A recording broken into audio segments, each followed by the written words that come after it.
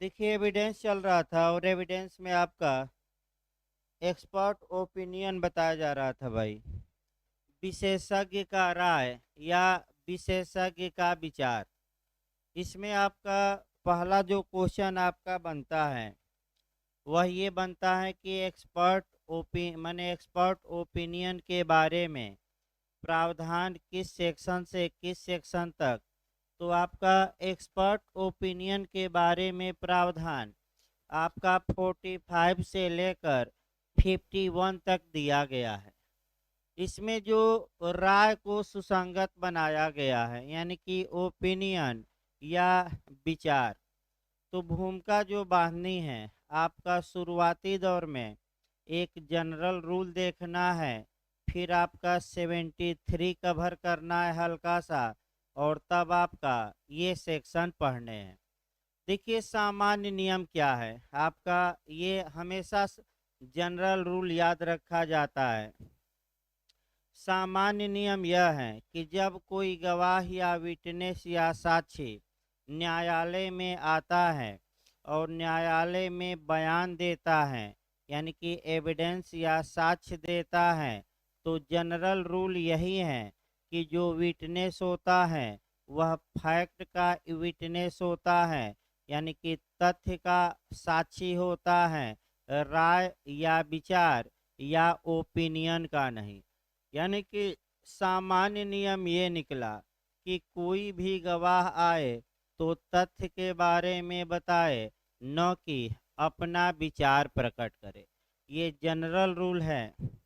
आपका तथ्य के आधार पर राय निर्मित करना या राय निकालना आपका ये न्यायालय का कार्य है यानी कि ये जुडिशियल कार्य है। लेकिन इसका सपोर्ट आपको कराना पड़ेगा आपका सेक्शन 73 से, जहाँ की ये सिद्धांत है कि न्यायालय विशेषज्ञों का विशेषज्ञ होता है। यानी कि इसका मतलब ये हुआ कि अगर हस्तलेख हैं, अंगुली चिन्ह हैं, ये इत्यादि हैं, या साइन किसी की है, तो न्यायालय स्वयं भी आपका तुलना करके ये जान सकता है कि ये साइन या उंगली चिन्ह या हस्तलेख इस व्यक्ति का है कि नहीं। अर्थात पहला नियम ये आया कि न्यायालय एक्सपर्ट का एक्सपर्ट है, विशेषज्ञों का विशेषज्ञ है। सामान्यतः उसे किसी विशेषज्ञ की राय की आवश्यकता नहीं पड़ती। लेकिन अब लेकिन यहीं से लगाना है, लेकिन न्यायाधीश भी एक मनुष्य ही होता है और मनुष्य के लिए ये संभव ही नहीं है कि एक मनुष्य सभी बातों का ज्ञान रखे। अतः ऐसी दशा में आपका न्यायाधीश कुछ लोगों का, कुछ व्यक्तियों की राय ले सकता है अपना विचार बनाने के लिए। यानी कि न्यायाधीश भी आपका संपूर्ण व्यक्ति नहीं होता, कुछ न कुछ उसमें भी कमी रहती है। अतः जहाँ जहाँ कमी रहती है ये माना गया है कि न्यायाधीश विशेषज्ञ या अविशेषज्ञ का विचार ले ले, ये माना जाता है। तो आपका किसका किसकी राय सुसंगत बनाई गई है, यहाँ से भी आपका क्वेश्चन आया है।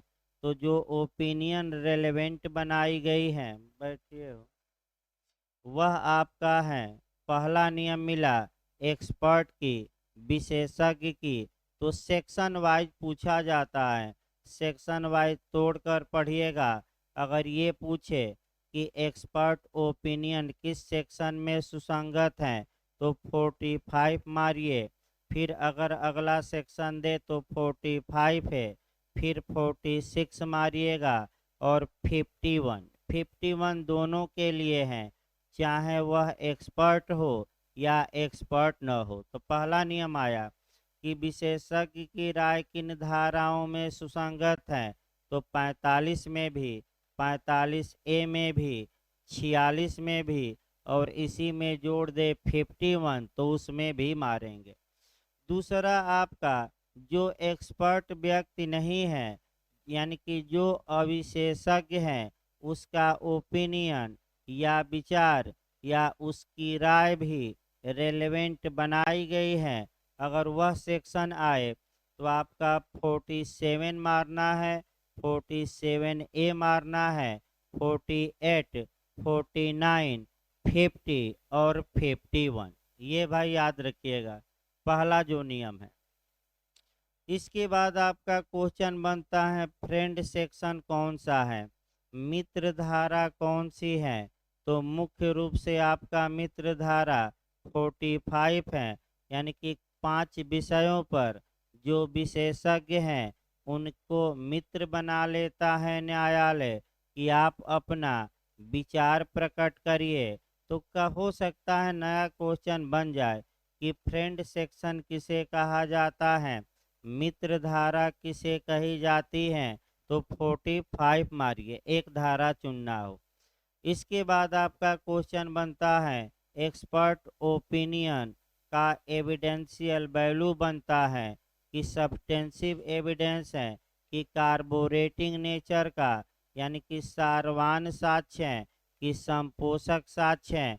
तो आपका जवाब रहेगा सारवान साक्ष्य न होकर यह एक कार्बोरेटिंग नेचर का या समर्थनकारी या संपोषक साक्ष्य होता है, ये याद रखिए। चूंकि आपका ये भी सिद्धांत है कि हो सकता है कि जो एक्सपर्ट ओपिनियन न्यायालय ले रहा है या अविशेषज्ञ की राय ले रहा है तो राय गलत भी हो सकती है, क्योंकि राय वह व्यक्ति घटना देखा नहीं रहता। जैसे कि एक उदाहरण देखिए, ये मृत पाया गया है। अब आपका इसमें डॉक्टर जो एक्सपर्ट हैं विज्ञान का उसकी राय लेनी है कि ए की मृत्यु कैसे हुई। तो समस्या ये है कि भाई विशेषज्ञ भी एक मनुष्य है, वह घटना देखा नहीं है, वह तो लाश के परीक्षण या पोस्टमार्टम के आधार पर एक अनुमान ही निकालता है कि इस लाश में ये पाया गया है, अतः मृत्यु इस कारण से हुई होगी। तो चूंकि राय आपका उतना माने सारवान साक्ष्य इसलिए नहीं बनाई गई है कि इसमें तो केवल घटना को देख माने लाश को देखते हुए डॉक्टर एक केवल क्या निकाल रहा है, अनुमान, और अपना विचार प्रकट किया है कि गोली 10 मीटर से मारी गई होगी, इस बंदूक से मारी गई होगी। अतः विशेषज्ञ झूठ भी बोल सकता है, इस बात की भी संभावना है, हो सकता है पैसा लेकर क्या करे, आपका मेडिकल रिपोर्ट बनाया ही जाता है। आपका तमाम मेडिकल रिपोर्ट क्या होते हैं, डॉक्टर के पास जाइए तो पैसा दे दीजिए तो 307, और न दीजिए तो आपका केवल उपहत, घोर उपहत, हल्का हल्का ही तो अंतर है अपराध में। भाई आपका हल्का हल्का ही अंतर है।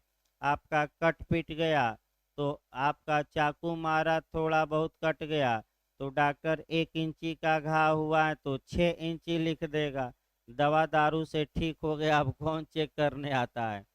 तो इसलिए आपका जो एक्सपर्ट ओपिनियन होती है, आपका मैं बता दूं, एक और उदाहरण देखा जाए। मान लीजिए डॉक्टर के पास एक मरीज गया और डॉक्टर ने ये देखा कि ये अनसाउंड माइंड है, चित्त विकृत है। जबकि न्यायालय में वह व्यक्ति आया, न्यायालय ने कुछ प्रश्न पूछे, उन प्रश्नों का रिजनेबल या उचित या युक्त युक्त उत्तर दिया, यानी कि वह व्यक्ति न्यायालय द्वारा प्रश्नों को समझ भी रहा है और रिजनेबल यानी कि उचित उत्तर दे रहा है, तो भले लोग उसे पागल कहें, डॉक्टर पागल घोषित कर दे, न्यायालय पागल मानने के लिए बाध्य नहीं है। अर्थात विशेषज्ञ की राय स्वीकार करने के लिए अगला नियम, कोर्ट बाउंड है कि उसका विवेकाधिकार है, बाउंड नहीं है। मैं फिर बता दूं क्या है विवेकाधिकार। अब आइए सेक्शन शुरू किया जाए। आपका सामान्य बातें बताई गई थी, अब सेक्शन वाइज चला जाए और आज कम से कम ये चैप्टर ख़त्म हो जाए, ताकि आपका देखिए निकाल लीजिए भाई 45 से 45 निकाल लीजिए। एक एक इसमें चलना है। कुछ दो चार टेक्निकल क्वेश्चन भी आएंगे, जैसे टाइप राइटर आ जाएगा। फिर आपका डीएनए टेस्ट इसमें भी देखा जाएगा। फिर आपका हिंदू विधि, मुस्लिम विधि, और तमाम आपका जो लोकल लॉ है कि स्थानीय विधि भी इसी में कवर होगी। आपका स्पेशल लॉ भी कवर होगा। सबको बताते रहेंगे कोरिलेट करके। देखिए एक एक करके शुरू किया जाए आपका, और शब्दों को समझ नोट्स में है, बैठिए भाई, नोट्स में है, आप प्रयास करिए देखने का। देखिए 45 भाई, विशेषज्ञ की राय।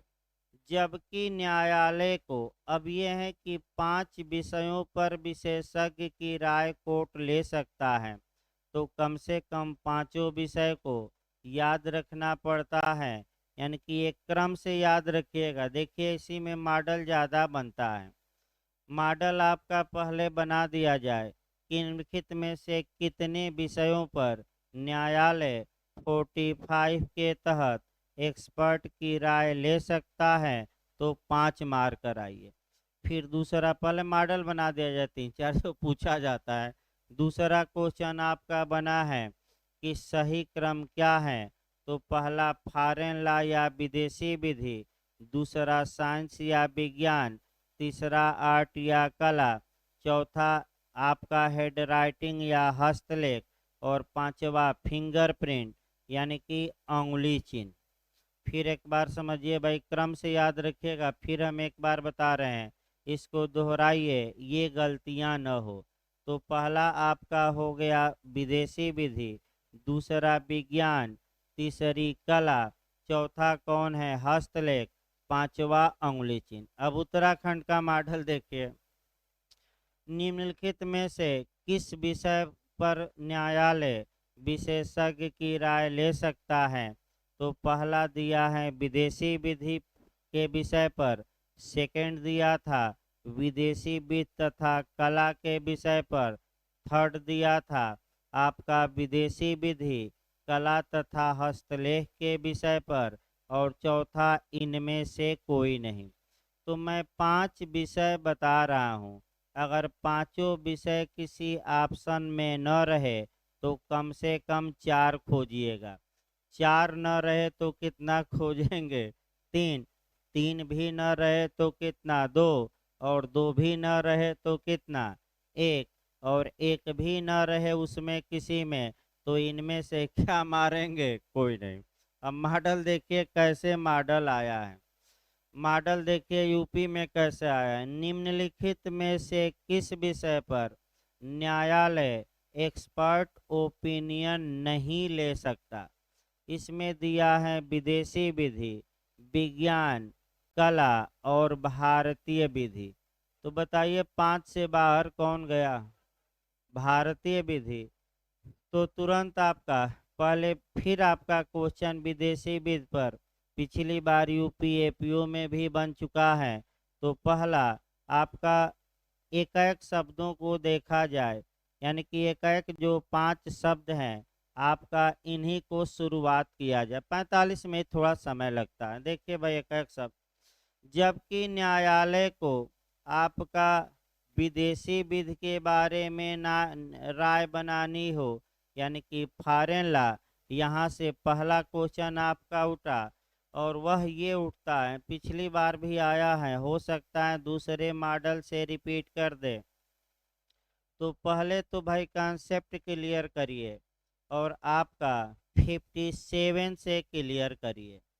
सेक्शन 57 में 13 आपकी बातें दी गई हैं। कितनी बातें? 13। जिन बातों के बारे में न्यायालय आपका जुडिशियल नोटिस लेगा, न्यायिक अवेक्षा करेगा, अर्थात न्यायालय उन बातों को स्वयं स्वीकार करेगा और कोर्ट में इन्हें प्रूफ करने की आवश्यकता नहीं है। तो ऐसी दशा में जो पहला खंड है आपका धारा 57 का पहला क्लाज है, कि भारत में प्रवृत्ति यानी कि इनफोर्स या लागू सभी विधियों की न्यायालय न्यायिक अवेक्षा करेगा। तो तुरंत यहाँ जे में जो क्वेश्चन बना कि न्यायिक अवेक्षा किसकी की जाएगी, आपका सामान्य विधि की कि विशेष विधि की कि स्थानीय विधि की कि प्रथाओं की भी रूढ़ियों की भी हिंदू ला की और मुस्लिम ला की उपर्युक्त सभी की। तो इसी में भाई फंसाया है किसकी और किसके बारे में न्यायिक अवेक्षा नहीं की जाएगी, फॉरेन लॉ के बारे में, और किसके बारे में की जाएगी, इंडियन लॉ। अब समस्या यहाँ ये बना, आपका एक तो दिया है विशेष विधि स्थानीय विधि दोनों, इनमें हाँ प्रथा तथा रूढ़ यानी कि कस्टम तथा यूजेज और उपर्युक्त सभी, ये मॉडल आपका यूपीजे में आया है। तो भाई आपका एक एक करके पहले समझाया जाए। जो जनरल लॉ होता है जैसे आईपीसी हो गया, सीपीसी हो गया, एविडेंस हो गया, आपका सीआरपीसी हो गया, ये साधारण विधियां कही जाती हैं, ये इसकी भी न्यायिक अवेक्षा की जाएगी। ये भारत में लागू हैं, ये इंडियन लॉ माना जाएगा और इनको न्यायालय में साबित या प्रूफ या सिद्ध करने की आवश्यकता है कि नहीं, नहीं। दूसरा पॉइंट पकड़िए, दूसरा आपका विशेष विधि। तो तुरंत सेक्शन दिमाग में भाई आईपीसी का बैठाते रहिए, अभी एक दो दिन पहले ही बता गया है। स्पेशल लॉ कहाँ परिभाषित है आईपीसी में, तो 41 में। स्पेशल लॉ का मतलब कि किसी विशेष विषय पर बनाई गई विधि, जैसे कि घरेलू हिंसा के मामले में कानून हो गया, या एनडीपीएस हो गया, जुनाइल जस्टिस हो गया, पास्को एक्ट हो गया, एससी एसटी एक्ट हो गया, ये सब कानून क्या हैं, स्पेशल लॉ। इसके बाद आपका इनकी भी जुडिशियल नोटिस ली जाएगी, न्यायालय स्वयं स्वीकार करने के लिए ये कानून क्या है। बात आपका प्लीडिंग का भी नियम है कि प्लीड किसको किया जाएगा, आप पढ़े होंगे भाई, आपका माने प्लीडिंग का भी नियम है। और प्लीडिंग लोग फाइनल में पढ़ते भी हैं एलएलबी में। तो प्लीडिंग का आपका नियम ये है कि प्लीड या अभिवचन किसका किया जाएगा, फैक्ट का कि ला का किया जाएगा। तो ला लिखेंगे कि फैक्ट, क्यों ला नहीं लिखेंगे, क्योंकि कौन सा ला होगा ये तो कोर्ट स्वयं जानने के लिए क्या है, बाउंड है। कुछ दशाओं में लिखा जाता है भाई, हमेशा नहीं। अगला क्वेश्चन आइए अब। इसके बाद आपका विशेष विधि पूछा जाता नहीं, स्थानीय विधि पर आ जाइए। जो आपका लोकल लॉ होता है, यहाँ से भी क्वेश्चन बनता है। आईपीसी के सेक्शन 42 में आपका क्लियर किया गया है। तो लोकल लॉ कौन होगा, तो भारत के किसी विशिष्ट क्षेत्र में जो कानून लागू है उसी को लोकल लॉ कहेंगे। तो भारत देश के किसी स्पेशल एरिया में जो कानून लागू है, अब यहाँ भी फंसाता है, भारत के किसी क्षेत्र में, पूरे भारत में, भारत के किसी विशिष्ट क्षेत्र में, इनमें से कोई नहीं। तो ऑप्शन क्या मार कर आएंगे कि भारत के किसी विशिष्ट क्षेत्र में जो कानून लागू है उसे हम क्या कहेंगे, लोकल लॉ, स्थानीय विधि। इसको इंग्लिश में भी याद रखिएगा, उत्तराखंड और बिहार और यूपी पूछ चुका है। इसे लेक्स फोरी कहेंगे लोकल लॉ को कि लेक्स लोसी कहेंगे, नहीं फोरी नहीं भाई, लोसी। फिर एक बार देखे, लेक्स मतलब ला और लोसी मतलब लोकल। लोसी का मतलब ये होता है लोकल, तो बिहार यूपी उत्तराखंड लेक्स लोसी का अर्थ पूछा है। तो लेक्स लोसी का मतलब स्थानीय विधि और लेक्स फोरी का मतलब स्थान विशेष की विधि। तो दो क्वेश्चन यहाँ भी निकाल लेना है। एविडेंस कैसी विधि है, लेक्स फोरी की लेक्स लोसी, लेक्स फोरी है। हिंदूला थोड़ा बता दीजिए, पिछली बार जे में आया था। लेक्स फोरी है कि लेक्स लोसी है, वह भी लेक्स फोरी है। लेक्स मतलब ला, और फोरी का मतलब फोरम, फोरम मतलब प्लेस, यानी कि स्थान विशेष की विधि। ये याद रखिए, स्थानीय भी न मार दीजिएगा। अर्थ आए तो क्या मारेंगे, स्थान विशेष की विधि। तो फिर आइए लोकल ला भाई। जैसे कि अगर कोई कानून केवल यूपी में लागू है तो वह क्या होगा, लोकल ला। अगर कोई कानून केवल 3 राज्यों में लागू है वह भी लोकल ला। केवल प्रयागराज में लागू है वो भी क्या होगा, लोकल ला। तो लेक्स लोसी का हिंदी याद रखिएगा, स्थानीय विधि। आगे बढ़ा जाए इसमें। जितने भारत में लोकल लॉ हैं उनका भी जुडिशियल नोटिस लिया जाएगा। उनको साबित नहीं करना है, न ही उन पर एक्सपर्ट की राय लेनी है। अब अगला क्वेश्चन आया हिंदू लॉ तथा मुस्लिम लॉ। अब समस्या ये है कि हिंदू लॉ और मुस्लिम लॉ क्या भारत में लागू होता है कि नहीं। अगर लागू होता है तो भारतीय विधि माना जाएगा, और 57 के तहत जुडिशियल नोटिस या न्यायिक अपेक्षा होगी। न्यायालय स्वयं स्वीकार करने के लिए क्या होगा, बाध्य होगा, और इसको प्रूफ करना है कि नहीं, नहीं। इस पर विशेषज्ञ की राय ली जा सकती है कि नहीं, नहीं। क्यों, क्योंकि एक ऐसी विधि है, भारतीय विधि, और एक्सपर्ट ओपिनियन केवल किस पर ली जाएगी, विदेशी विधि। तो आपका जरूर याद रखिए, केस नोट्स में एक दो देख लीजिएगा भाई, नोट्स में केस। हाँ भाई, जिनके पास नोट्स ना हो, नोट्स हैं आप ले ले। मैंने आपका चारों विषयों का एपीओ का और भी नोट, टाट का भी आ गया है, और आपका कांटेक्ट का भी कुछ लोग पूछ रहे तो वो भी मंगाया गया है। अपकृत का भी नोट्स फ्री का आ गया है। तो जो एलएलएम दे रहे हैं कई लोग भाई, ये कहे कि नोट दे दीजिए, तो नोट्स कुछ आपका शनिवार को कराया गया है। एक दो नोट्स अभी नहीं है, उसको भी आज या कल में हो जाएगा। फिर एक बार अगला पॉइंट पर आइए। अब अगला पॉइंट आपका बनता है जो यूपीजे से लेकर तमाम जगह बनता है, कि आपका विदेशी विधि को या फॉरेन लॉ को कैसे प्रूफ भारत में किया जा सकता है। तो दो तरीके हैं विदेशी विधि को भारत में साबित करने के। दो तरीके हैं, एक तो सेक्शन 45 के तहत एक्सपर्ट की ओपिनियन न्यायालय ले ले, विशेषज्ञ का क्या ले ले, विचार या राय। दूसरा 38 में है, याद करके जाइएगा। 38 में उस देश की जो किताब सरकार ने उस कानून की छापी है, वह किताब हम क्या करें, भारत के कोर्ट में प्रस्तुत करें। या जो निर्णय भी, जो निर्णय वहाँ जजमेंट निर्णय है अगर आपका न्यायालय के विदेशी, तो वह निर्णय जिस पत्रिका में छपते हैं वह पत्रिका ही भारत के कोर्ट में क्या किया जाए, पेश। तो लास्ट लाइन ये आया कि विदेशी विधि को कैसे प्रूफ किया जा सकता है। तो एक्सपर्ट ओपिनियन द्वारा आपका वहाँ की पुस्तक पेश करके, जो सरकार ने छपवाई है भाई, प्राइवेट व्यक्ति नहीं।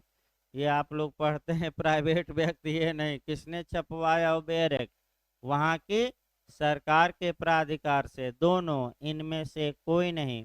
भाई ये क्वेश्चन गलत ना हो, क्या मार कर अब आएंगे, दोनों। अगला ये जो दूसरा शब्द आपका है, ये तो आपका विदेशी विद निकला। दूसरा विज्ञान। जहाँ तक साइंस की बात है, विज्ञान की बात है, पहले तो विज्ञान पर आया जाए। विज्ञान मतलब होता क्या है, ये आप लोग पढ़े भी होंगे। और साइंस की जहाँ तक बात है, अब साइंस में भी ये है कि अगर आम आदमी आसानी से किसी व्यक्ति को जान सकता है, तो ऐसी कंडीशन में भले वह विज्ञान की बात हो, उस पर विशेषज्ञ की राय नहीं ली जा सकती। तो साइंस में किस विषय पर विशेषज्ञ की राय ली जाएगी, जिस विषय को आम आदमी आसानी से जान सकता हो कि न जान सकता हो, न जान सकता हो। अब दो तीन उदाहरण देखा जाए, जैसे कि आपका इसी मोबाइल से ही मैसेज भेजा गया। अब ये आम आदमी नहीं जान सकता जब तक कि उसका फॉरेंसिक जांच न हो, और फॉरेंसिक जांच आपका सरकार की जिम्मेदारी है। तो इसी मोबाइल से ही ड्रग्स का मैसेज भेजा गया था, ये आपका अगर साबित करना है तो एक्सपर्ट ओपिनियन दिखाई जाएगी कि हजूर देखिए, प्रयोगशाला में हमने इस मोबाइल को भेजा था और ये प्रयोगशाला बता रही है, मैंने उसका एक्सपर्ट बता रहा है कि इसी मोबाइल से ही मैसेज भेजा गया। लेकिन कौन भेजा, इस बारे में कोई अनुमान नहीं। इस बात को अलग से क्या करना पड़ेगा, साबित। तो थोड़ा मैसेज पर आ जाइए, संदेश पर ही आ जाइए, और यहाँ से भी अच्छा क्वेश्चन बनता है। तो बताइए, पुराने लोग तो संदेश के बारे में प्रिजम्पशन भी दिया है कि जो संदेश भेजा गया था वह दूसरे व्यक्ति को प्राप्त हुआ, तो संदेश वहीं भेजा गया जो मैंने लिखा गया था। लेकिन कौन भेजा, इसके बारे में कोई अनुमान नहीं किया जाएगा। इसको अलग से क्या करना पड़ेगा, साबित। तो संदेश भेजा गया ये तो सही है, लेकिन कौन भेजा, व्यक्ति के बारे में कोई अनुमान नहीं लगाया जाएगा। सेक्शन देखिए तो 88 है क्या, 80, एक बार देख लीजिए भाई, गलत ना हो। 88 निकालिए तो तार संदेशों, सही है ना। 88 सेक्शन का हमने उदाहरण बताया, ये भी आपका एपीओजे में आ चुका है, इसमें कोई शक नहीं है। आगे देखिए, इसके बाद आपका जो पढ़ना है, एक दो विज्ञान का बताया जाए, बहुत ज़्यादा। जैसे कि सूर्य पूरब से निकलता है, ये तो आम आदमी भी जान सकता है। तो क्या इस बारे में एक्सपर्ट ओपिनियन ली जाएगी कि सूर्य पूरब से निकलता है और पश्चिम में डूबता है, ली जाएगी कि नहीं? इसमें क्या लेना, ये तो सर्वमान्य आपका है। लेकिन अब डीएनए टेस्ट आ जाइए भाई, क्या ए का पुत्र बी है, चाहे जारज हो या औरस हो यानी कि चाहे अवैध हो या वैध हो, ये समस्या आ गई। तो अब ये समस्या पहले क्या होता था, देखिए, जो अरब समाज था, पैगंबर साहब के पूर्व विवाह नामक कोई संस्था नहीं थी। 4 प्रकार के विवाह होते थे आपका। उसमें किसी स्त्री को शिशु पैदा होता था तो मोहल्ले के कुछ लोगों को बुलाया जाता था, और जो लोग उस स्त्री से रिलेशन बनाए रहते थे, ये कहा जाता था कि आप चेहरा मिलान करिए, यानी कि अनन्यता करिए, पहचान करिए। यानी कि आज भी हैं सेक्शन 9 एविडेंस, व्यक्ति की पहचान या वस्तु की पहचान। तो चेहरा पहचानवाया जाता था, और जिस जिस पुरुष का चेहरा बालक से मिल जाता था, वहीं उसका पिता घोषित कर दिया जाता था। लेकिन ये हमेशा आपका, मान लीजिए माता पर लड़का लड़की चला गया, माता के चेहरे पर कुछ अंश रहता है माता पिता का, तब क्या होगा, ये समस्या आ जाती थी। तो विज्ञान जब डेवलप कर गया, अब आपका तमाम माने तरीके हैं। आपका जो सबसे सुरक्षित तरीका है वह डीएनए टेस्ट है। तो अगर अब डीएनए टेस्ट के बारे में न्यायालय को राय बनानी है कि क्या ए बी का पुत्र है, तो न्यायालय एक्सपर्ट ओपिनियन ले सकता है, विशेषज्ञ की राय, कि विशेषज्ञ को मित्र बना लेगा। इसीलिए मैं बताया पहले ही कि सेक्शन 45 को क्या कहते हैं, मित्र धारा। विशेषज्ञ को मित्र बना लेगा और कहेगा कि कुछ अपना विचार दो डीएनए टेस्ट मिलाकर कि क्या इन दोनों का डीएनए मिलता है कि नहीं। अगर मिलता है इसका मतलब कि इस बात का सपोर्ट मिलता है कि ए का पुत्र कौन है, बी है। तो ये विज्ञान की बातें हैं। क्या इस पर ओपिनियन ली जा सकती हैं कि नहीं, विशेषज्ञों की ली जा सकती हैं, भाई इसमें कोई शक नहीं है। अभी आया टाइपराइटर आया कि भाई एक ही टाइपराइटर से बातें लिखी गई थी तो ये सुसंगत होगी, क्योंकि एक ही टाइपराइटर था और एक ही जगह वह गलती करता था, और जितने लेटर लिखे गए उसी जगह उनमें क्या पाई गई हैं, गलतियां। यानी कि इसी टाइपराइटर से यह बात क्या की गई होगी, टाइप। तो आगे बढ़ा जाए विज्ञान के बाद कला के बारे में। कला थोड़ा शार्ट पढ़ा जाता है। आर्ट के बारे में भी आपका जैसे रंग चित्र हो गया, किसने बनाया इत्यादि, इस बारे में भी न्यायालय एक्सपर्ट ओपिनियन ले सकता है। अगला आया हेड राइटिंग। फिर क्वेश्चन आपका बनता है हस्तलेख या हेड राइटिंग। आपका प्री में तो एक क्वेश्चन बनता ही है, ये आपका मेंस में भी टिप्पणी बनता है कि किसी की हेड राइटिंग या आपका कह सकते हैं कि हस्तलेख को कैसे साबित किया जा सकेगा। तो भाई तरीके याद रखिए। और पिछली बार आपका क्वेश्चन मैं बता दूं 47 से भी बना था हस्तलेख के बारे में, और आपका नातेदारी से बना था 52 क्वेश्चन बने थे इधर से। आपका 50 से समस्या जो 50 में हम बताए थे एक दिन, इसके बाद 51 से भी क्वेश्चन बना था। अब समस्या ये आती है कि हस्तलेख की पहचान के बारे में एक उदाहरण पहले लिया जाए, और उदाहरण लेकर उसी पर हम आपका हस्तलेख या हेडराइटिंग को बताते हैं कि हेडराइटिंग को कोर्ट में आप कैसे साबित कर पाएंगे। हेडराइटिंग हो गया, फिर आपका उंगली चिन्ह तो अलग बताया जाएगा, या साइन हो गया, यानी कि हस्ताक्षर भी और हेड राइटिंग दोनों के लिए हम नियम बता रहे हैं, ध्यान से पहले समझिए। पहला ये आया कि अगर ये विवादित हो कोर्ट में कि यह हस्ताक्षर क्या इसने किया, यानी कि या ए की हेड राइटिंग यह है, तो एक उदाहरण सबसे अच्छा उत्तर प्रदेश लोक सेवा आयोग का लिया जाए, जो कई बार ऐसे मामलों में आपका फंसा है, और भाजपा वालों ने अखिलेश जी को हटाने में बहुत महत्वपूर्ण भूमिका इस मुद्दे पर निभाई।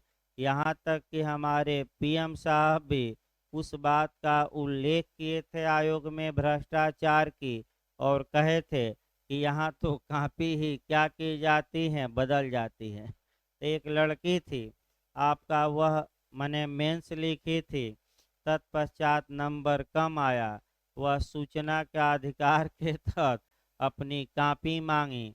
तो भाई बिहार उहार हर एक राज्य भेज रहा है, इसमें कोई शक नहीं है। आप सूचना के अधिकार के तहत जे की तो कापी जाकर देख लीजिए, नहीं मांग सकते, लेकिन अन्य कापियां आप मांग सकते हैं आपका। लेकिन बिहार जे की भी मेंस की कापी प्रोवाइड करा रहा है, उसका फोटो स्टेट आपका भेज रहा है।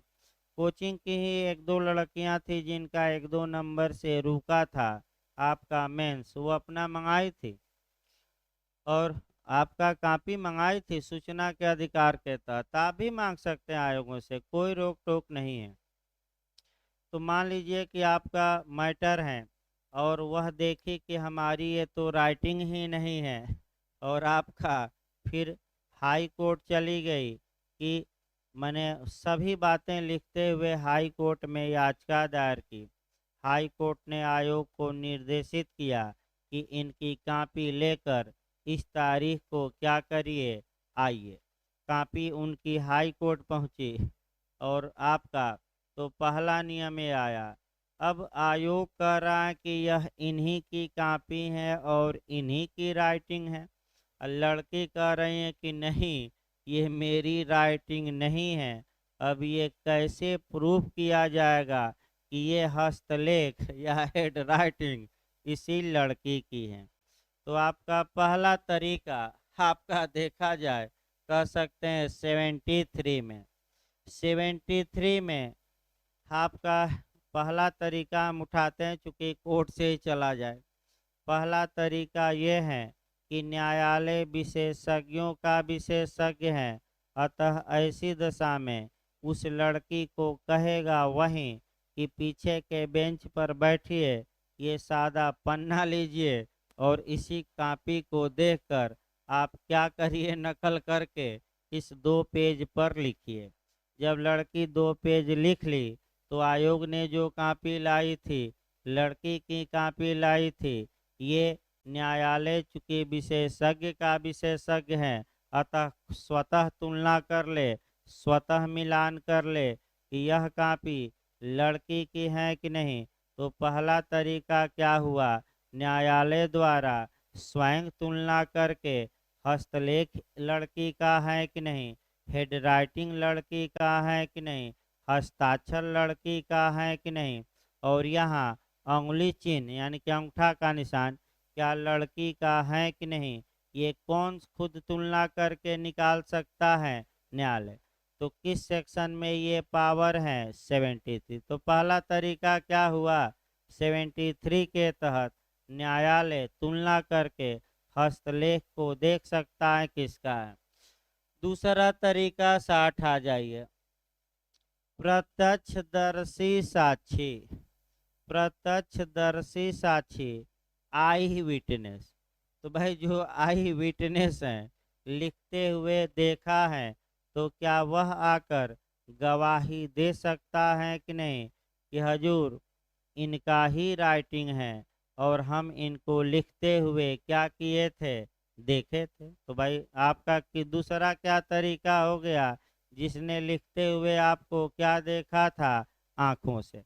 तो आँखों से लिखते हुए देखा था, तो कम से कम 2 गवाह होते हैं। 2 गवाह न कहिएगा भाई लीगल भाषा में, आपका गवाह समझाने के लिए बताया जा रहा है। और टेस्टेड विटनेस या अनुप्रमाणक साक्षी, फिर एक बार याद रखिए, गवाह ना कहिएगा, कंपटीशन में गवाह नहीं लिखा रहेगा। अब आइए, आपका किसी भी दस्तावेज को जब निष्पादित किया जाता है तो कम से कम आपका कितने अनुप्रमाणक साक्षी होते हैं, 2। तो दूसरी बात ये आई कि अगर 2 गवाह थे, अटेस्टेड विटनेस थे, जो निष्पादक को, एग्जीक्यूटर को साइन करते हुए देखे थे, तो कम से कम कितने, सामान्य नियम ये है कि दोनों गवाहों को बुलाया जाए, दोनों अनुप्रमाणक साक्षियों को बुलाया जाए और ये इनसे बयान दिलवाया जाए कि इस व्यक्ति ने मेरे सामने ही यह बात लिखी या साइन किया। लेकिन अगर दोनों न मिल पाए और कम से कम कितना ही मिल जाए, एक, तो यही क्वेश्चन फिर गलत होता है, सुधार कर लीजिए कि अगर किसी दस्तावेज का निष्पादन साबित करने के लिए कम से कम कितने अनुप्रमाणक साक्षियों की आवश्यकता होती है, 2, 1, 3, इनमें से कोई नहीं। तो कम से कम 2 में से कितना आ जाए तो काम चल जाएगा, 1। कौन सी धारा है भाई, सेक्शन भी मैं बता रहा हूँ, कौन सा सेक्शन है, 68। हाँ, सब मर गए, तब क्या होगा, यानी कि ए साइन किया था ये भी मर गया, बी गवाह था अनुप्रमाणक साक्षी ये भी मर गया, सी गवाह था ये भी मर गया, कोई नहीं मिला और विवाद उत्पन्न हो गया कि क्या इस डॉक्यूमेंट पर ए का साइन है कि नहीं। तो एचजेएस में पिछली बार एक लाइन थोड़ा आगे बढ़कर पूछा था कि तब कैसे साबित किया जाएगा। तो इसके लिए आपका 69 बना है भाई धारा।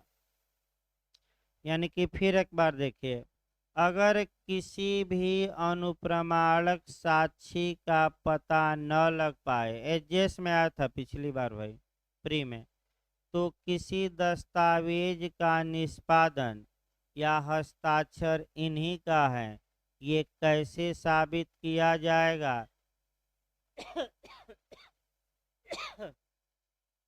तो आप बताएंगे कि इसके लिए नियम किस सेक्शन में है? 69। तो क्या साबित करना पड़ेगा?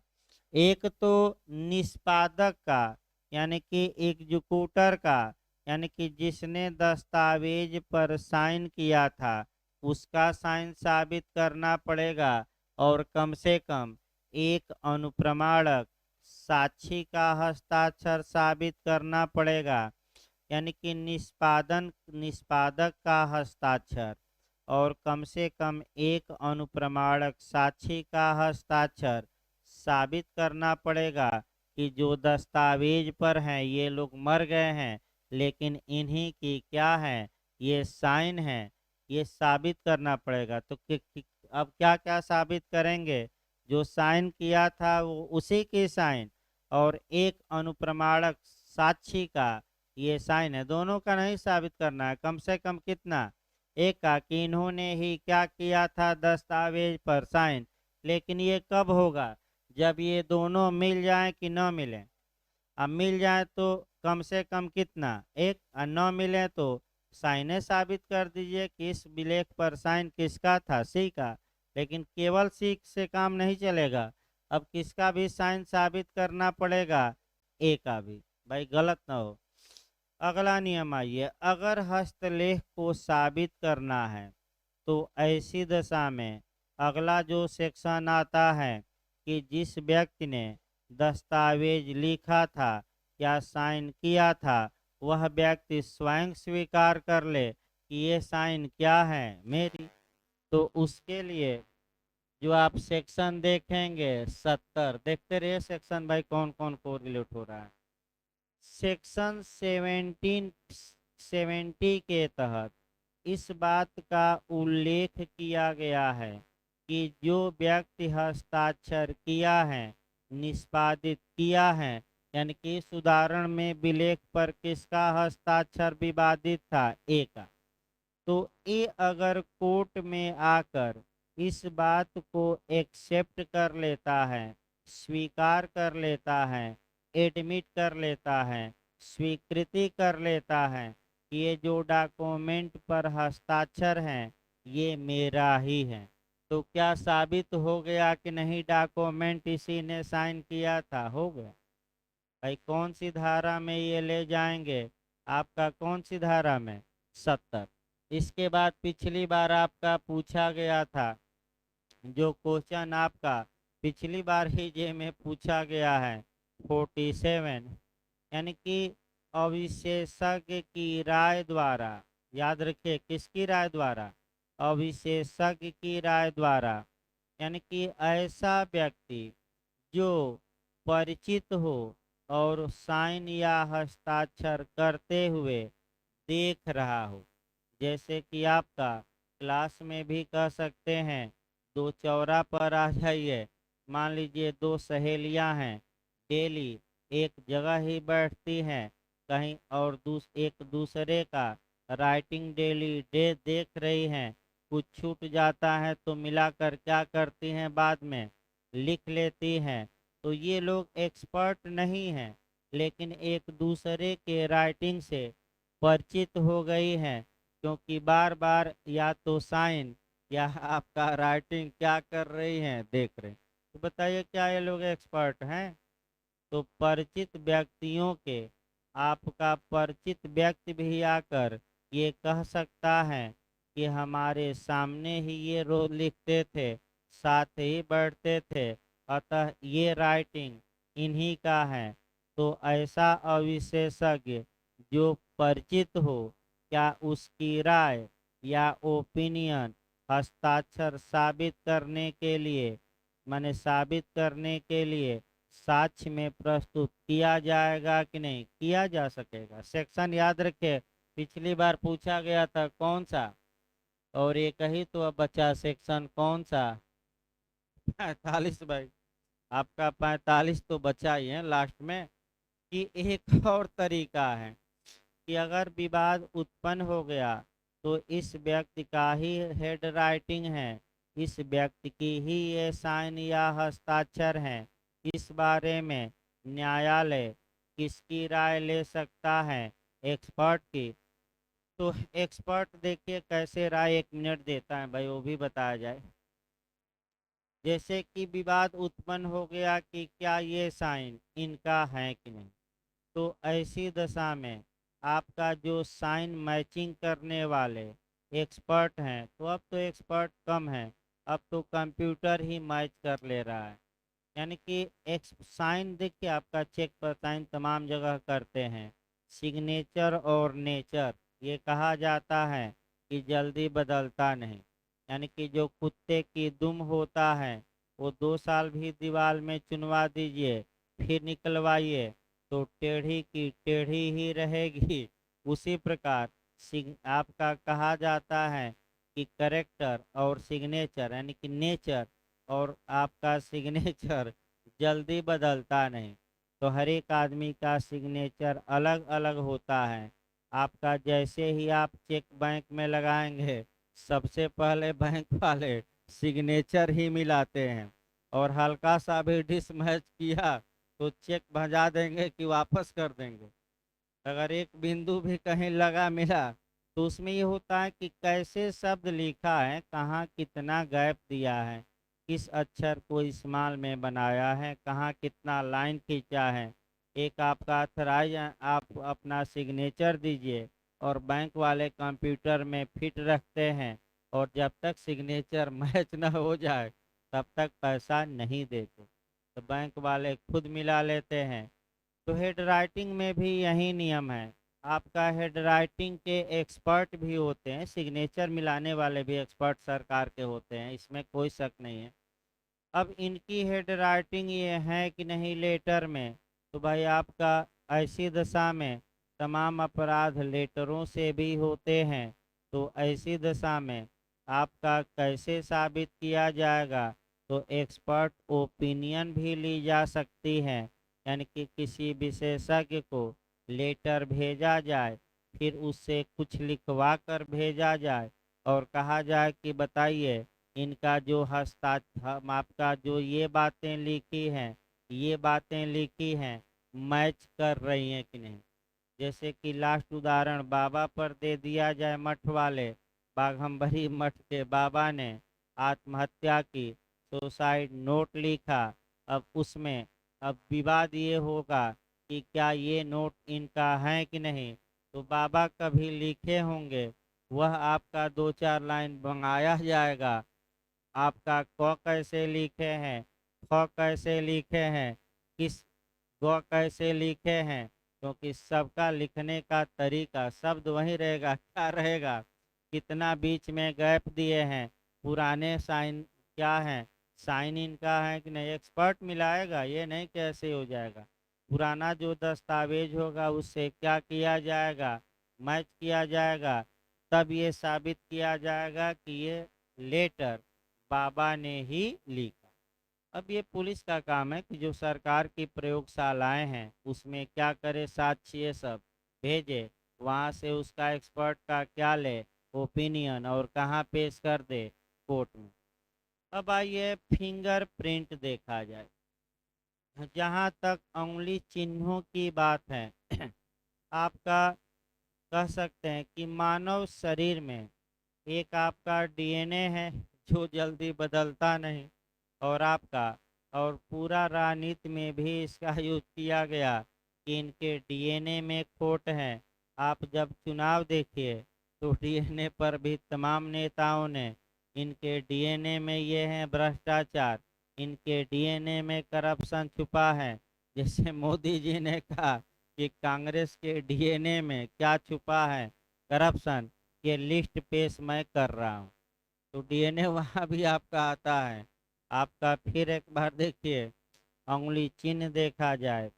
मानव में ये मैं बता दूं कि एक खासियत होती है कि जो अंगुलियों के चिन्ह होते हैं, यानी कि यहाँ जो आपका कह सकते हैं कि थंब में आपका जो लकीरें बनी हैं, वह 1 लाख या माने 1 करोड़ मानव में से एक का भले मिल जाए, लेकिन जो ये फासला होता है, एक खासियत है कि आपका सबके अंगुली में जो ये लकीरें होती हैं वह अलग अलग होती हैं।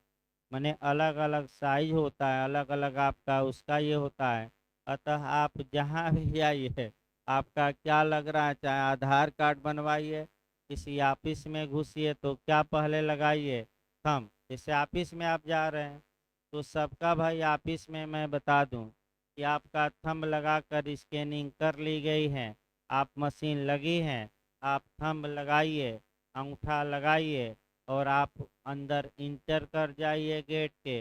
अब साइन करने की आवश्यकता नहीं है, केवल क्या लगा दीजिए, वो अपने आप आ जाएगा ओके कि ये आ गए।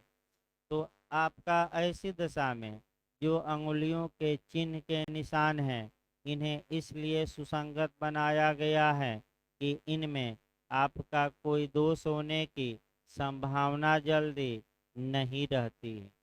तो अगर अंगूठा का चिन्ह बहुत महत्वपूर्ण होता है, जैसे कि मान लीजिए अपराधी था, बोतल लेकर अपराध करने गया था, बोतल अंगुली से हाथ से पकड़ा था, हाथ की अंगुलियों के चिन्ह बोतल पर आ गए और बोतल फेंक कर वह समझा कि अब क्या, अब तो कोई देखा नहीं घटना, लेकिन आपका बोतल ही पर्याप्त है सजा दिलाने के लिए। अगर बोतल घटना स्थल से मिलता है, बोतल को अस्थिर रखा जाता है, प्रयोगशाला में भेजा गया और बोतल पर किसका उंगली का चिन्ह है, अगर ये साबित हो जाता है और दोनों में क्या हो जाते हैं मैच, तो आप ये न समझिए भाई आपका सिगरेट पीकर फेंक दिया, उस पर भी मृत्युदंड मिल गया। हैंडल पकड़ा था केवल गेट का। तो ज़्यादातर अपराधी अब क्या करते हैं कि पहन कर, एक तो मास्क लगा कर जाते हैं और दूसरा आपका पहन कर जाते हैं ग्लव्स, ताकि अंगुलियों के चिन्ह क्या हो न मिले। तो आप देख ही रहे हैं हर एक जगह अगर अंगुली का चिन्ह विवादित हो तो इसके लिए एक्सपर्ट ओपिनियन ली जा सकती है कि नहीं ली जा सकती हैं। आगे बढ़ा जाए भाई आपका अगला शब्द देखिए, अंगुली चिन्हों की अनन्यता।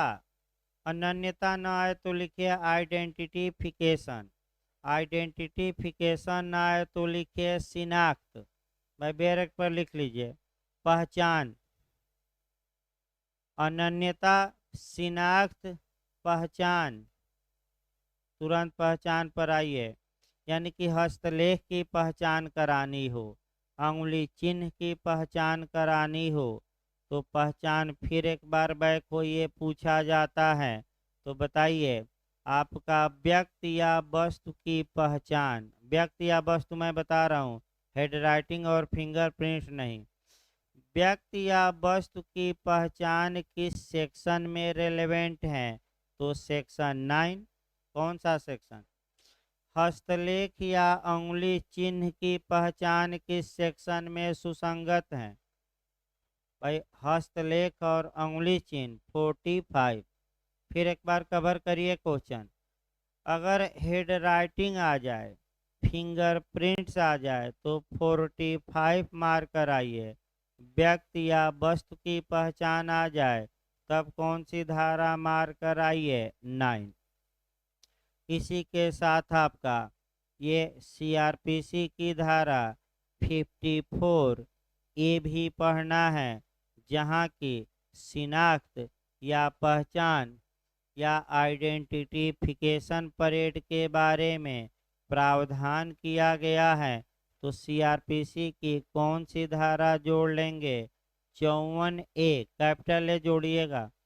आपका पूछा जा चुका यूपीएपीओ में भी, रिपीटेड क्वेश्चन है आपका, साल में देख सकते हैं 2 बार आया है, जे में भी आया है और एपीओ में भी। अगला देखिए भाई, अनन्यता के बारे में राय बनानी हो तब उस बात पर ऐसी विदेशी विधि, विज्ञान, कला में या हस्तलेख या उंगली चिन्ह की अनन्यता या पहचान विषयक प्रश्नों में विशेष कुशल व्यक्तियों की राय सुसंगत तथ्य हैं। ऐसे व्यक्तियों को ही हम क्या कहते हैं? एक्सपर्ट कहते हैं। तो दो क्वेश्चन यहाँ से उत्तराखंड बनाया कि एक्सपर्ट कौन कहा जाएगा। तो पहला नियम जो विशेष कुशल व्यक्ति हो। फिर दूसरा नियम कितने विषयों में विशेष दक्षता या कुशलता रखता हो, 5। यानी कि फिर एक बार याद रखिए, एक्सपर्ट की परिभाषा न देकर आपका सेक्शन 45 का सेकेंड पैराग्राफ केवल यह बताता है कि एक्सपर्ट कौन होगा। तो ये भी उत्तराखंड में आया है कि जो 5 विषयों पर जो विशेष कुशल व्यक्ति हैं उनकी राय सुसंगत होगी, और इन्हीं को हम एक लाइन में क्या कहेंगे, एक्सपर्ट। एक्सपर्ट कौन होगा इस बात का कहीं वर्णन नहीं है। तो कोई व्यक्ति विशेषज्ञ है कि नहीं, ये किसके विवेक पर जाता है, न्यायालय के, चाहे विशेषज्ञ माने या न माने। अब दूसरा क्वेश्चन आया, विशेष कुशल व्यक्ति ही विशेषज्ञ होते हैं कितने विषयों पर, 5। तो विशेष कुशलता कैसे पाई जाती है, ये अंदर से अभी पूछा नहीं गया है। हो सकता है अंदर से पूछ ले कि विशेष कुशलता किसी मामले में कैसे पाई जाएगी। तो आपका 3 मारिएगा, एक उपाधि द्वारा, यानी कि बउआ बहुत पढ़ा लिखा था, आपका विज्ञान के क्षेत्र में आपका 5 साल एमबीबीएस किया था, 2 साल एमएस किया था, फिर पीएचडी किया था, और तब जाकर ये आया है डॉक्टरी करने, और तब ये लाश का पोस्टमार्टम करके बताया है।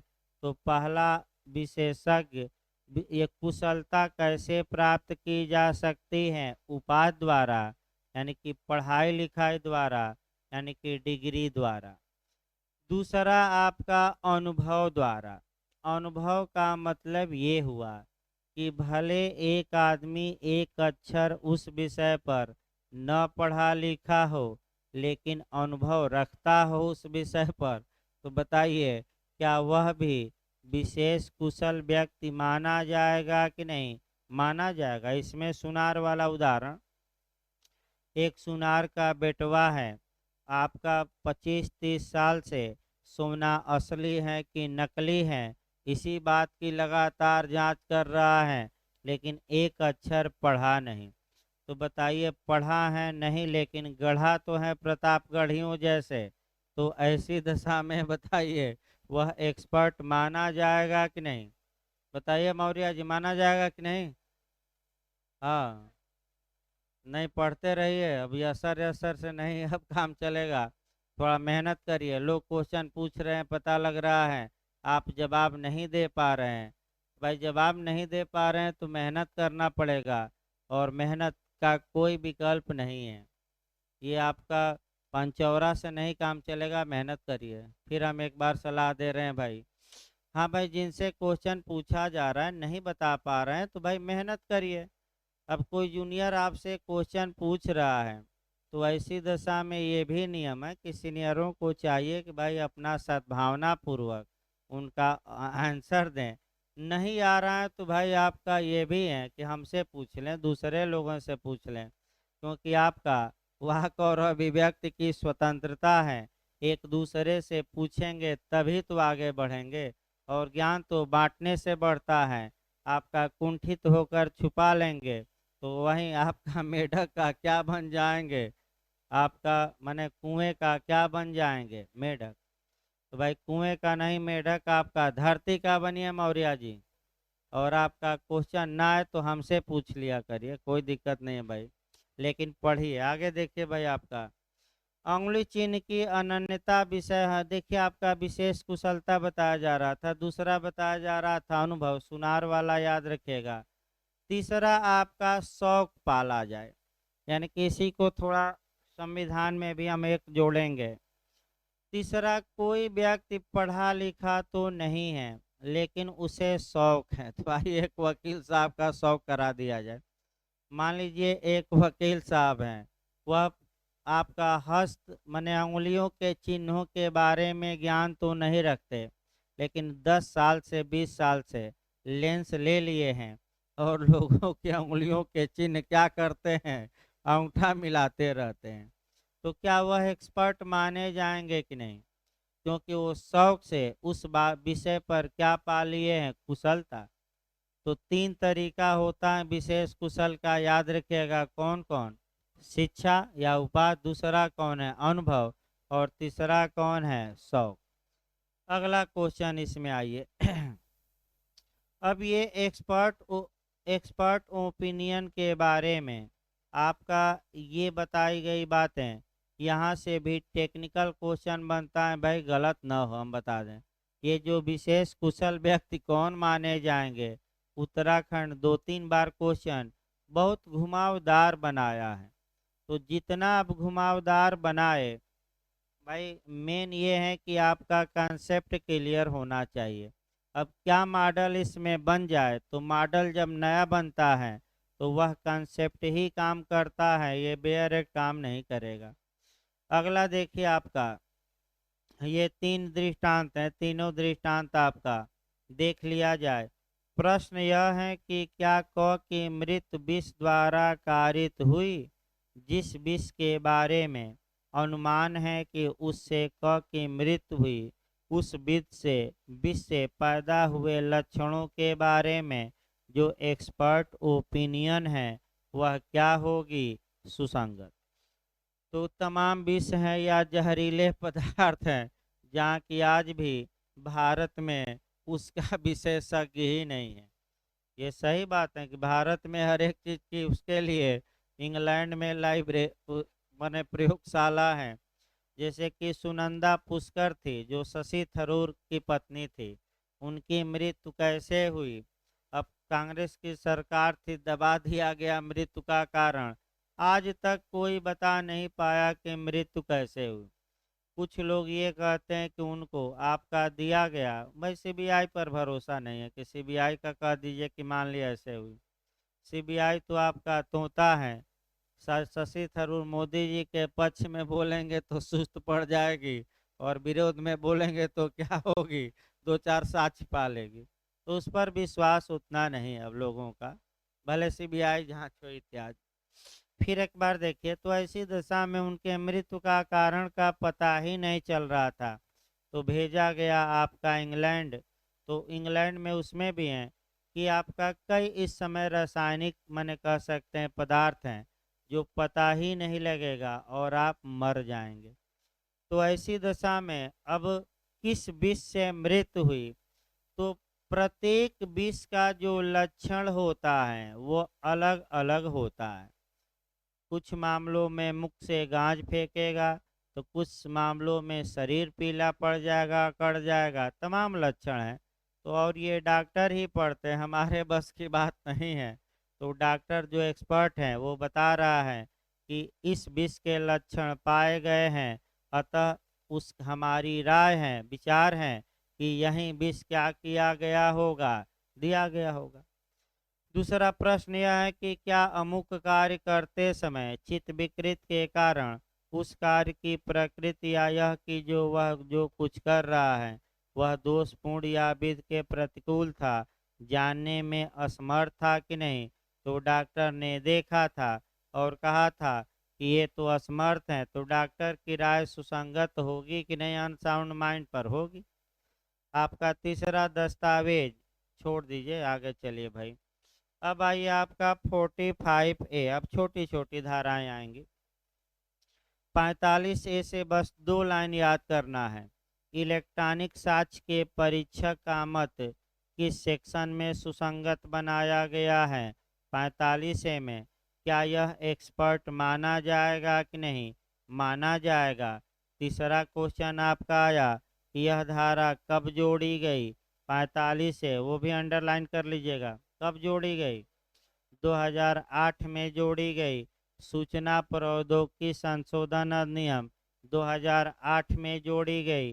तो क्या इलेक्ट्रॉनिक साक्ष्य का परीक्षक जो है वह एक्सपर्ट होता है कि नहीं होता है? तब एक्सपर्ट की लिस्ट बना लीजिए। तो 5 विषय तो वो हो गए, और 45 में एक और हो गया, कौन सा? आपका इलेक्ट्रॉनिक साक्ष्य के परीक्षक। अब देखिए इसी में आपका एक लाइन बस क्वेश्चन बनता है, ज़्यादा नहीं। जब किसी कार्यवाही में न्यायालय को किसी मामले में मत बनाना होता है जो किसी पारेषित सूचना के संबंध में या किसी कंप्यूटर साधन में भरी गई सूचना अथवा किसी अन्य इलेक्ट्रॉनिक अथवा अंकीय रूप द्वारा सूचना के रूप में भरा जाता है, तो सूचना प्रौद्योगिकी अधिनियम सन 2000 की धारा 79 में संदर्भित इलेक्ट्रॉनिक साक्ष्य के परीक्षक की जो राय होगी, ओपिनियन होगी, वह रेलेवेंट होगी आपका 45A में। और ये जो इलेक्ट्रॉनिक साक्ष्य का परीक्षक होगा, क्या यह एक्सपर्ट माना जाएगा कि नहीं, इस विषय का माना जाएगा। तो अगला क्वेश्चन आपका बनता है कि ये राय किस मामले में सुसंगत होगी। तो कोई सूचना भेजी गई थी कि नहीं, और कोई बात मोबाइल कंप्यूटर लैपटॉप में दर्ज की गई थी कि नहीं, इस बारे में क्या बनाना हो राय। तो किसकी राय सुसंगत होगी, बस वहीं रट कर जाइए, इलेक्ट्रॉनिक साक्ष्य के परीक्षक की। अब आइए 46, आइए 46 से भी देखिए मैक्सिम भाई याद नहीं आ रहा है, छूट गया। 46 पर एक मैक्सिम आता है, हाँ उसको लिखिए भाई, रेस एलिया, इसको लिख लीजिए भाई, रेस इंटर एलिया है ना, एलिया एक्टा, इसको लिख लीजिए। तो बेरेक्ट पर लिखिए, बेरेक्ट पर लिखिए भाई। आपका सेक्शन 46 में एक प्रिंसिपल समाहित है, रेस इंटर एलिया एक्टा। अभी हम बताते हैं इसका अर्थ भाई। रेस इंटर एलिया एक्टा, हाँ ऐसा है। देखिए एक बार, तो एलिया, एलिया है अब ये नहीं, पेपर से मतलब नहीं है भाई, पेपर में गलत भी हो सकता है ना पेपर से मतलब नहीं है भाई। चलिए एलिया या एलियास, कल हम देख लेंगे इसको। एलियास, नेट पर एक बार सर्च करिए, एलियास लिखा है, एलियास लिख लीजिए भाई, नेट पर दिखा रहा है एलियास। उसको भाई नोट्स में है नहीं, लिखिए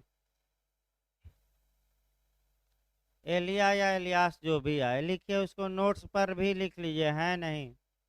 ये नहीं कि नोट्स 100% नहीं है, नोट्स में लिखना चाहें तो आप लिख सकते हैं। नोट्स में आपका ये जो मैक्सिम है, सुक्ति है, ये नहीं लिखी गई है। देखिए आपका, लिखिए जल्दी भाई, उसको आगे बढ़ा जाए। देखिए आपका ये जब भी आप सेक्शन पढ़िएगा तो पहले डायरेक्ट आपका 46 न पढ़िएगा, हम बता रहे हैं। इसके लिए सबसे पहले सेक्शन 9 को पढ़िएगा, सेक्शन 9 को पढ़िएगा। आइए 9 पहले देखा जाए। अभी 46 भूल जाइए, 46 तो 2 ही लाइन का है सेक्शन। आपका पहले 9 पर आइए, एक उदाहरण देखा जाए आपका।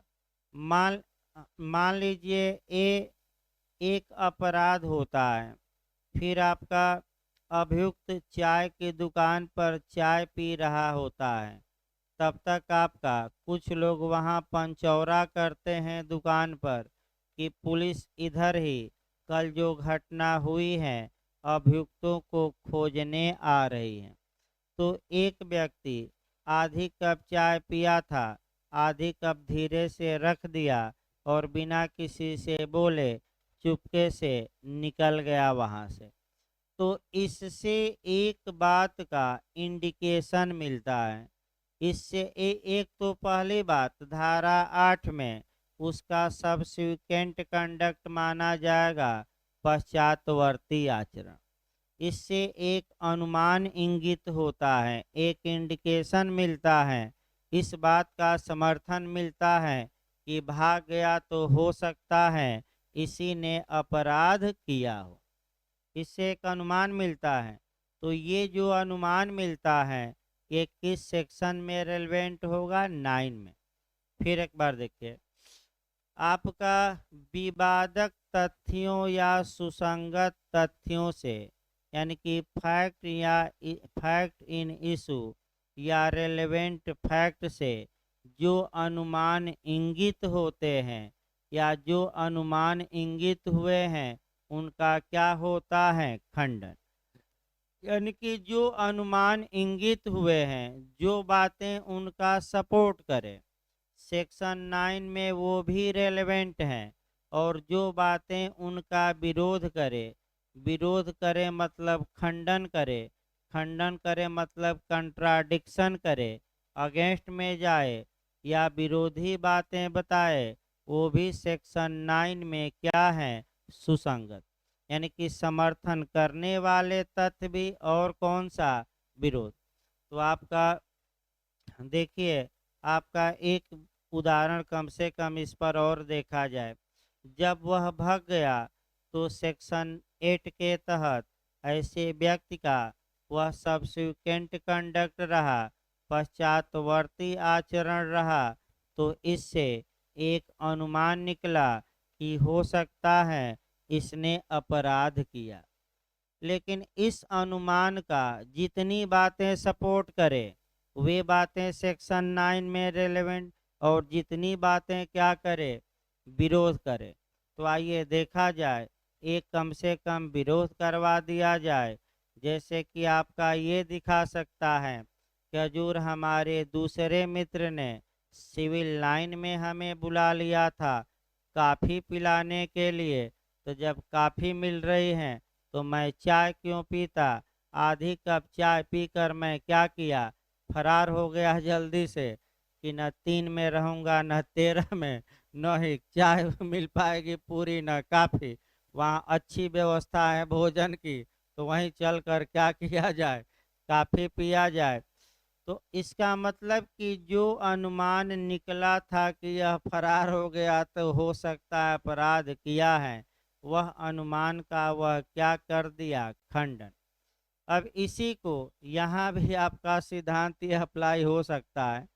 इसी को आपका हम, यानी कि इसका मतलब ये हुआ कि जो एक्स्ट्रा बातें होती हैं, जो अन्य बातें होती हैं, सामान्यतः उन्हें साक्ष्य में प्रस्तुत नहीं किया जाता, लेकिन जो एक्स्ट्रा बातें किसी का सपोर्ट करती हैं या किसी का क्या करती हैं? विरोध। तो जो विवादक तथ्य या सुसंगत तथ्य से अनुमान निकला था, ये बातें, जो बातें उसका क्या करे? सपोर्ट या क्या करे? विरोध। वे सभी बातें सेक्शन 9 में क्या होंगी? सुसंगत। तो सबके लिए सेक्शन 9 है, लेकिन सेक्शन 46 दायरा सीमित रखता है।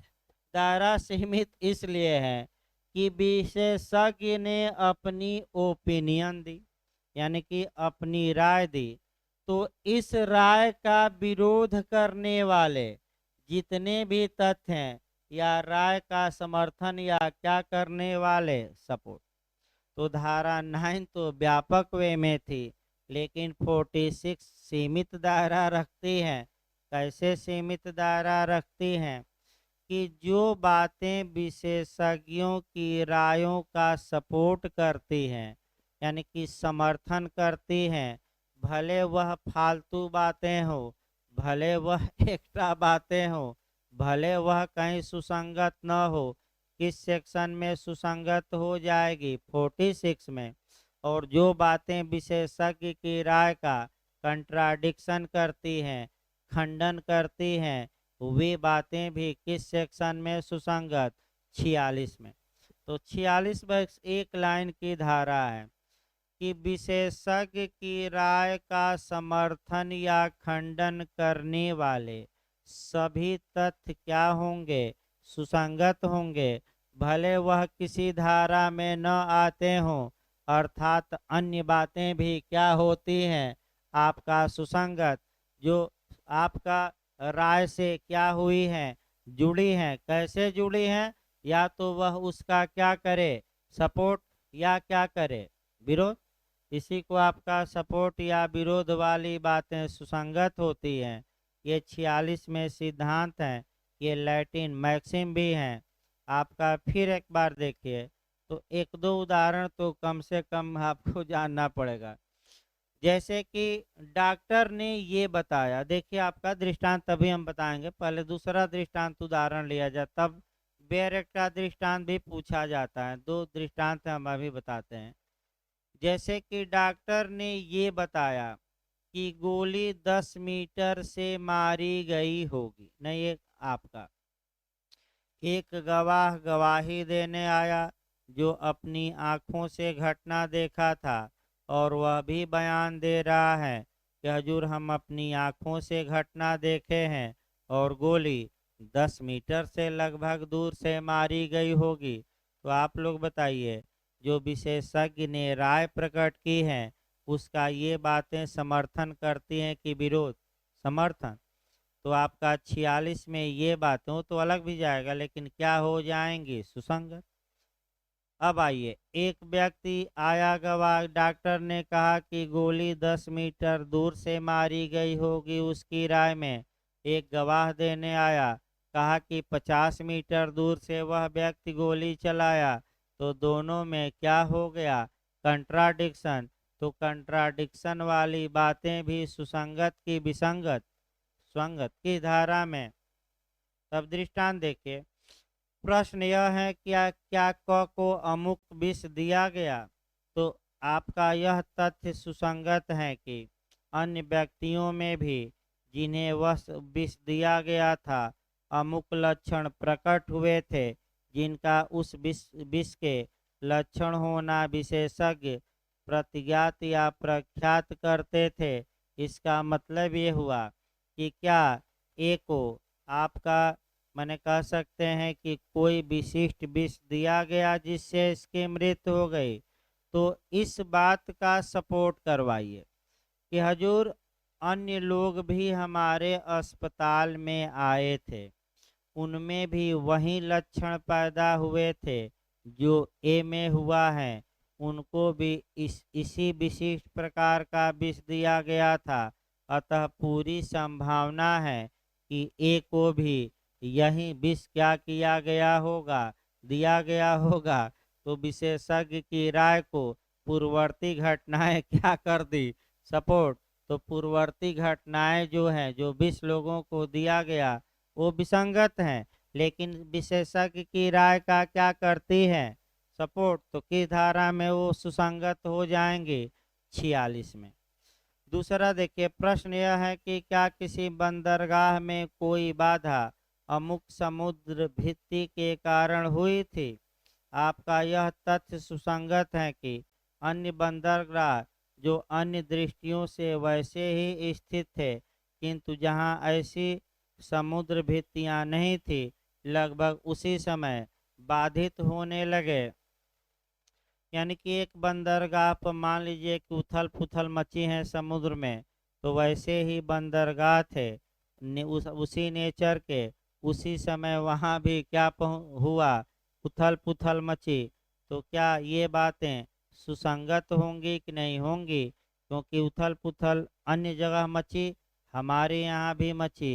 ये सपोर्ट ही करवाता है कि लगभग ज़्यादातर समुद्रों में हलचल हुई होगी। जैसे भूकंप आ जाता है, सुनामी आ जाती हैं, तो ऐसी दशा में ज़्यादातर लोग जो समुद्र में नौका उका इत्यादि रहते हैं, सब आपका माने समुद्र में भी हलचल होती हैं, और कई बंदरगाहों में नौकाएं क्या होती हैं? डूब जाती हैं। इसमें कोई शक नहीं है भाई। अब 46 के बाद आ जाइए, 47 आ जाइए भाई। 47 वैसे मैं बता चुका हूँ, लेकिन आपका चूंकि अंदर से पूछ रहा था इसलिए पढ़ाना जरूरी है। अभी हमने उदाहरण बताया था भाई कि हेड राइटिंग को कैसे कैसे साबित किया जाएगा। मेंस का भी क्वेश्चन था, टिप्पणी का, प्री का भी। तमाम धाराएं हमने एक जगह एकत्रित करवाई थी, और इसमें आपका सेक्शन 45 उस बारे में क्या लिया जा सकता है? Expert opinion. और 47 हम बताए थे कि एक्सपर्ट तो नहीं है, लेकिन हेड राइटिंग से क्या है, परिचित हैं। तो हस्तलेख से परिचित व्यक्तियों की राय किस सेक्शन में हस्तलेख को साबित करने के लिए सुसंगत होती हैं? 47। अब जो आपका जे और एपीओ में क्वेश्चन आया कि कब कोई व्यक्ति हस्तलेख से परिचित माना जाएगा, थोड़ा अंदर से पूछा था। मैं फिर बता दूं, हेड राइटिंग से कब कोई व्यक्ति परिचित माना जाएगा, ये क्वेश्चन थोड़ा अंदर से पूछा गया था। तो डायरेक्ट भाई शब्दशः पढ़ना ही पड़ेगा, और कोई उपाय हमारे पास नहीं है। देखिए, हस्तलेख के बारे में राय कब सुसंगत है?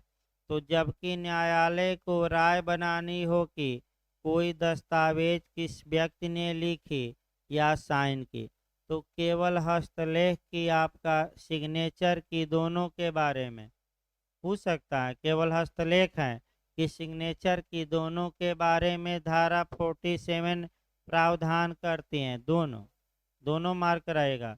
हस्ताक्षरित भी हैं, यानी कि सिग्नेचर, तब उस व्यक्ति के हस्तलेख से जिसके द्वारा वह लिखी या हस्ताक्षरित की गई अनुमानित की जाती हैं। परिचित किसी व्यक्ति की यह राय कि यह उस व्यक्ति द्वारा लिखी या साइन की गई थी, सुसंगत तथ्य है। तो बताइए किसकी राय सुसंगत है? धारा 47 में साइन या हेड राइटिंग साबित करने के लिए विशेषज्ञ की अविशेषज्ञ, अविशेषज्ञ, परिचित की अपरिचित, परिचित। तो परिचित कब कहा जाएगा? तो अभी हमने उदाहरण बताया है। आपका दो लड़कियां हैं, मान लीजिए क्लास में, डेली एक जगह बैठती हैं, एक दूसरे से नकल भी करती रहती हैं, एक दूसरे की राइटिंग भी देखती रहती हैं। तो क्या ये लोग एक दूसरे की राइटिंग से परिचित मानी जाएंगी कि नहीं मानी जाएंगी? और ये एक्सपर्ट नहीं है। तो देखिए भाई, परिचित ये अलग से क्वेश्चन बना था कि कब किसी व्यक्ति को परिचित माना जाएगा, ये क्वेश्चन बन चुका है। दो ऑप्शन आया था, उपर्युक्त दोनों इनमें से कोई नहीं। पिछली बार का ही क्वेश्चन, ये नहीं कि बहुत समय हुआ, पिछली बार ये क्वेश्चन आया था, थोड़ा सतर्क रहेगा। देखिए, कोई व्यक्ति किसी अन्य व्यक्ति के हस्तलेख से परिचित तब कहा जाता है जबकि उसने उस व्यक्ति को लिखते देखा है, या यानी कि एक तो लिखते हुए देखा हो। तो भाई दो लड़कियों का उदाहरण बता ही दिया गया, रोज क्या कर रही हैं, दो चौरा करते हुए उसी में क्या कर रही हैं, अकल लगाकर नकल कर रही हैं। तो आप ना करिएगा जितेंद्र भाई, आपका देखिएगा, नकल वकल ना करिएगा, नहीं तो आप भी 47 वाले में आ जाएंगे। हाँ देखिए भाई, परिचित तो आपका लिखते हुए देखा और रट कर जाइएगा। दूसरा क्या है? या जबकि स्वयं अपने द्वारा या अपने प्राधिकार के अधीन लिखत या उस व्यक्ति को संबोधित दस्तावेज के उत्तर में उस व्यक्ति द्वारा लिखी हुई तात्पर्य होने वाली दस्तावेज प्राप्त किया हो, यानी कि लेटरबाजी हुआ कुल मिलाकर। यानी कि मान लीजिए ए बास है, सभी लोग आते हैं, उसी के सामने रोज क्या करते हैं, साइन। तो बास आपका जो माने मालिक हैं, उसी के सामने हर एक आदमी सिग्नेचर डेली कर रहा है। तो क्या वह परिचित हो गया कि नहीं? देख देख कर हो गया। तीसरा, लेटर का आदान प्रदान, यही महत्वपूर्ण है। क्या पत्रों के आदान प्रदान से परिचित हो सकता है कि नहीं व्यक्ति राइटिंग से? तो 4 लेटर ए ने भेजा बी को, बी ने भी 4 लेटर भेजा, दोनों एक दूसरे हाथ से लिखा था भाई, टाइप किया हुआ नहीं, कैसे लिखा था? हाथ से। तो क्या दोनों एक दूसरे के लेटरों से परिचित माने जाएंगे कि नहीं लिखावट से? या कारोबार के मामूली अनुक्रम में लिखा हुआ हो, तो कारोबार का मामूली अनुक्रम आपका कह सकते हैं कि एक तो हमने बता दिया बास वाला, यानी कि मालिक हैं और कर्मचारी हमेशा उन्हीं के सामने साइन करके क्या करते हैं। दूसरा उपाय ये है कि मान लीजिए एक मालिक ने बी को नियुक्त किया है, वह लेटर तैयार करता है, मालिक के पास ले जाता है, मालिक पढ़ते हैं, साइन कर देते हैं, फिर लेटर तैयार किया तो 2-2 3-3 दिन पर एक-एक लेटर लिख कर ले जा रहा है खुद से। तो अब समस्या ये आई कि मालिक परिचित हो गए कि नहीं कारोबार के अनुक्रम में उसके राइटिंग से, तो किस व्यक्ति हस्तलेख के बारे में किसकी राय सुसंगत, जो परिचित हो, जो आदान प्रदान दस्तावेज का लिखा हुआ किया हो लेटरबाजी, या जो कारोबार के मामूली अनुक्रम में किसी व्यक्ति के राइटिंग या साइन से क्या हो गया हो परिचित, और उपर्युक्त सभी। ये जे का क्वेश्चन है, तो बताइए आप लोग क्या मार्क कराएंगे। उपर्युक्त सभी, भाई गलत ना हो, ये जे में आया था। समय भी हो गया भाई, नहीं तो देखिए 2-4 मिनट और भाई ख़त्म किया जाए, अब 5 मिनट और बचा है, सेक्शनों में दम नहीं है। देखिए 47A, इलेक्ट्रॉनिक हस्ताक्षर के बारे में राय कब सुसंगत है। फिर पढ़ाना पड़ेगा भाई, गलत हो जाएगा तो और दिक्कत है तो आपका कल 10 मिनट पढ़ा के तब आपका करेक्टर बताया जाएगा, कल आपका यानी कि सील को बताना है। सील से भी बिहार मेंस में भी आया था, प्री में एक क्वेश्चन करेक्टर से भी आता है, यानी कि क्वेश्चन सेट है, एक क्वेश्चन यहाँ से आएगा, एक क्वेश्चन आपका सील से। तो रेस्ट ले लीजिए 15 मिनट, तब भाई आईपीसी चलेगी।